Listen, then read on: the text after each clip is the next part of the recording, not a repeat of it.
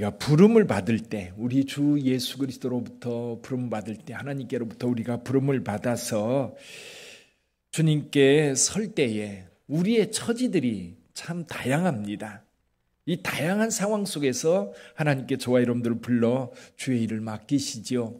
우리가 어제 갈릴리 바닷가에서 고기를 잡던, 그리고 배와 그물을 가지고 생업을 이어가던 베드로와 야고보, 요한과 안드레 네 사람을 부른 이야기를 했습니다.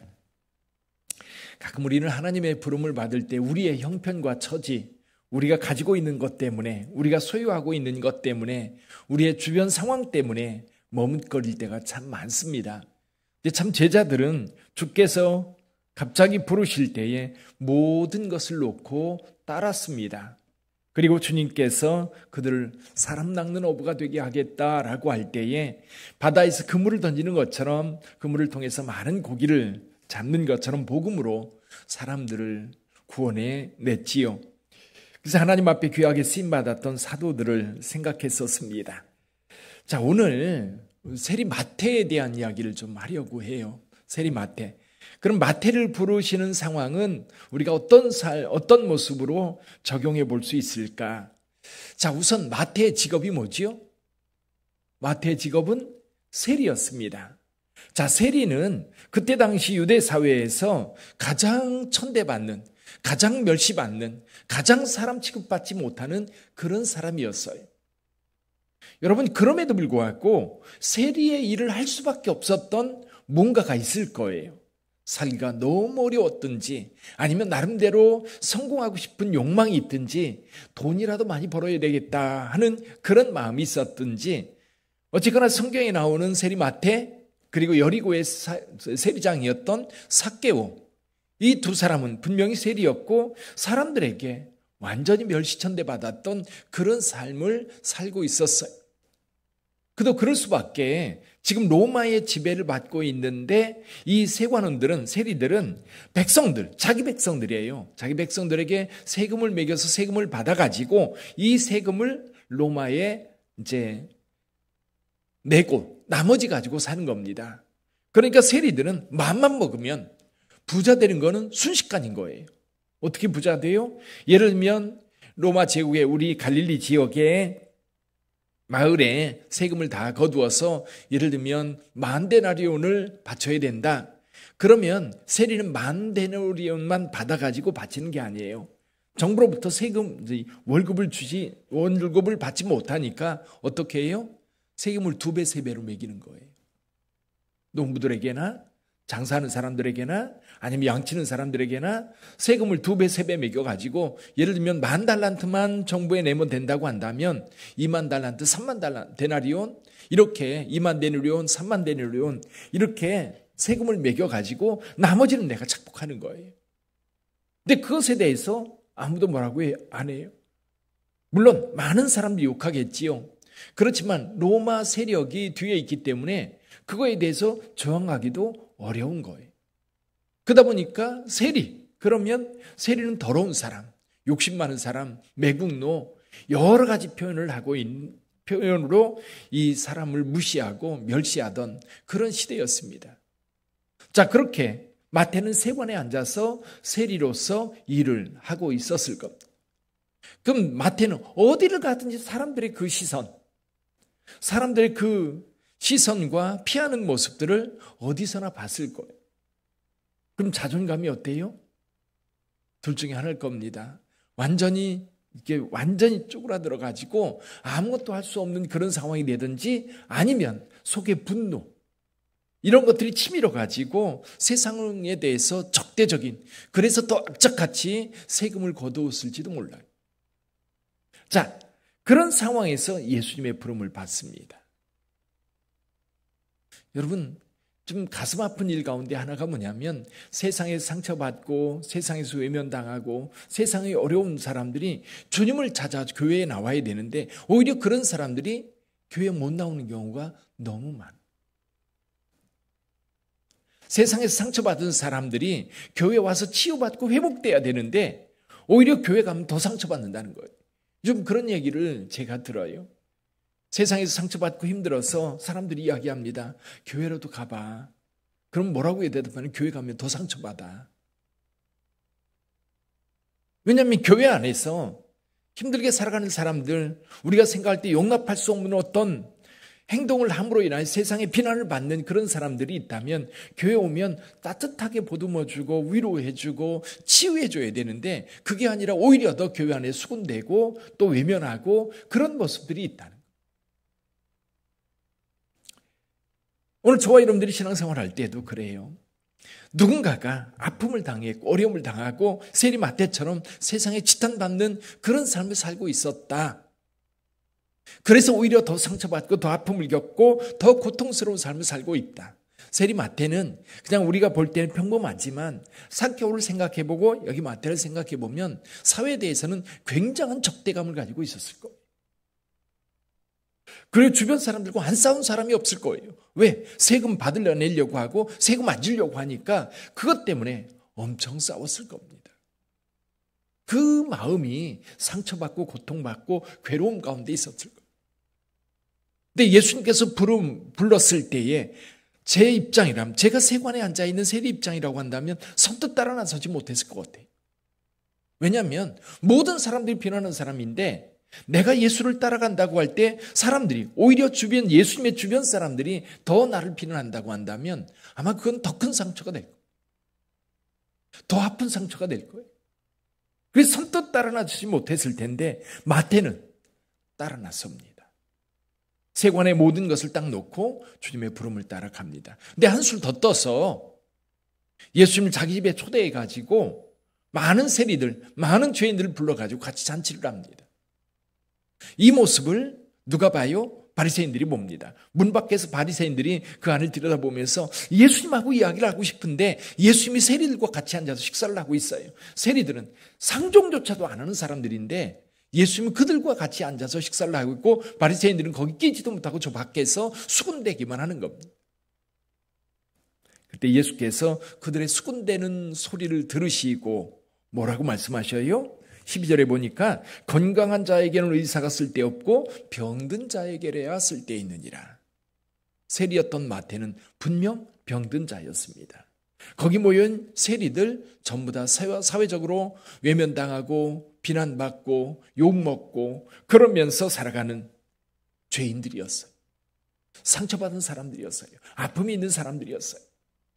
예수께서는 그들 가운데 들어가셔서 그들과 함께 식사하시고 그들과 함께 교제하고 있는 모습을 여기서 보게 됩니다. 자, 지금 세리가 사회적으로 어떤 대접을 받았는지 말씀을 드렸습니다. 자, 그런데 그런 상처와 아픔을 가지고 있는 이 마태, 예수님의 부름을 받았을 때 어떤 일이 벌어졌을까요? 그 마음속에.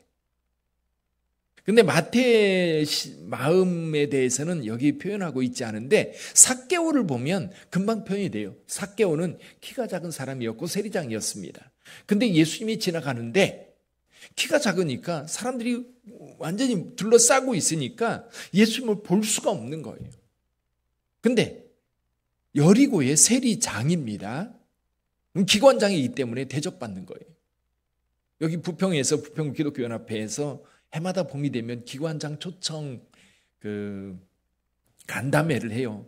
그럼 부평 구청장, 그리고 이제 국회의원, 그리고 구의원들, 그리고 이제 각 기관 소방서장, 경찰서장 이렇게 다 부릅니다. 그러면 여기 세리장이기 때문에 여러분 삭개오 같은 경우도 거기에 끼어서 부름받는 거예요. 기관장인 거예요. 그러면 사람들한테 존경받고 그리고 인정받아야 되는데 사람들이 몰렸을 때 다른 존경받는 사람이라면 우리 세리장, 우리 삭개오님이 오셨습니다. 그러면서 사람들이 길을 비켜줬을 거예요. 근데 아마도 삭개오는 그 예수님 보고 싶어서 사람들 틈에 끼어들어가려고 하는데 아마도 삭개오를 미워하는 많은 사람들이 오히려 그를 가로막고 오히려 더 아마 밀치고 그랬을 거예요. 이게 삭개오는 사람들 틈에서 예수를 볼 수가 없는 겁니다. 사람들의 배려를 받을 수가 없는 거지요. 그래서 저 앞에 가서 미리 가서 뽕나무에 올라가 있을 수밖에 없었던 겁니다. 뭐예요? 무시당했던 거예요. 멸치당했던 거예요. 그러니까 그 내면에는 상처와 고통만 가득했던 겁니다. 근데 보세요. 예수께서 삭개오야 내려와라. 내가 오늘 내 집에 유하여야 하겠다. 이 말 한마디에 삭개오는 완전히 달라집니다. 즐겁게 예수님을 자기 집에 초대를 하고 그리고 나서 앉지도 않고 서서 얘기합니다. 주님, 제가 제 재산 절반을 나누어서 가난한 자들에게 나눠주겠습니다. 그리고 내가 누군가의 것을 토색했다면 4배로 갚겠습니다. 그래서 가만히 생각해 봐요. 지금 마태 같은 경우도 예수께서 나를 따르라 할 때에 벌떡 일어나서 예수님을 따를 때에 얼마나 행복했을까. 나를 인정해 주는 사람, 그리고 나를 불러주는 사람. 그래서 여기 친구들을 초대해서 다른 세리들과 죄인들을 초대해가지고 예수님을 대접한 걸 보면 마태는 이미 그 마음의 상처와 세상을 향한 원한과 이런 것들이 다 해소된 거예요. 다 해결된 거예요. 해결됐으니까 지금 이런 일을 하는 거거든요. 근데 바리새인들은 그걸 이해할 수 없는 겁니다. 저는 오늘 마태를 묵상하면서 그런 생각이 들더라고요.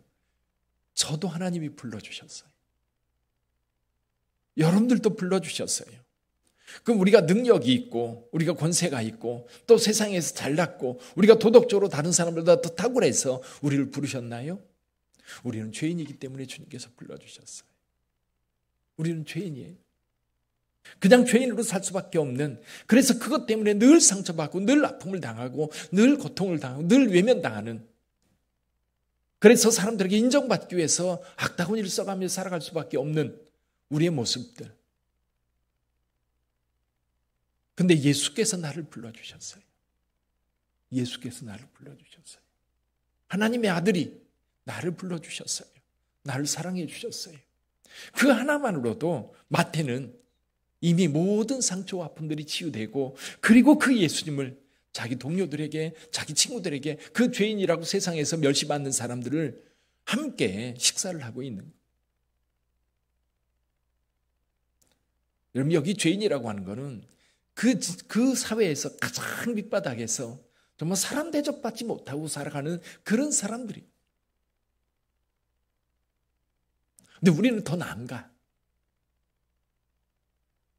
어때요? 여러분들은 더 낫습니까? 물론 모르겠습니다. 저보다 여러분들은 훨씬 더 나은 인격과 나은 삶의 배경과 그런 것을 가지고 있을지 모르지만, 그러나 주님의 부름이 있을 그곳에 그 부름 자체로 인하여 모든 것이 해소되는 것 같아요.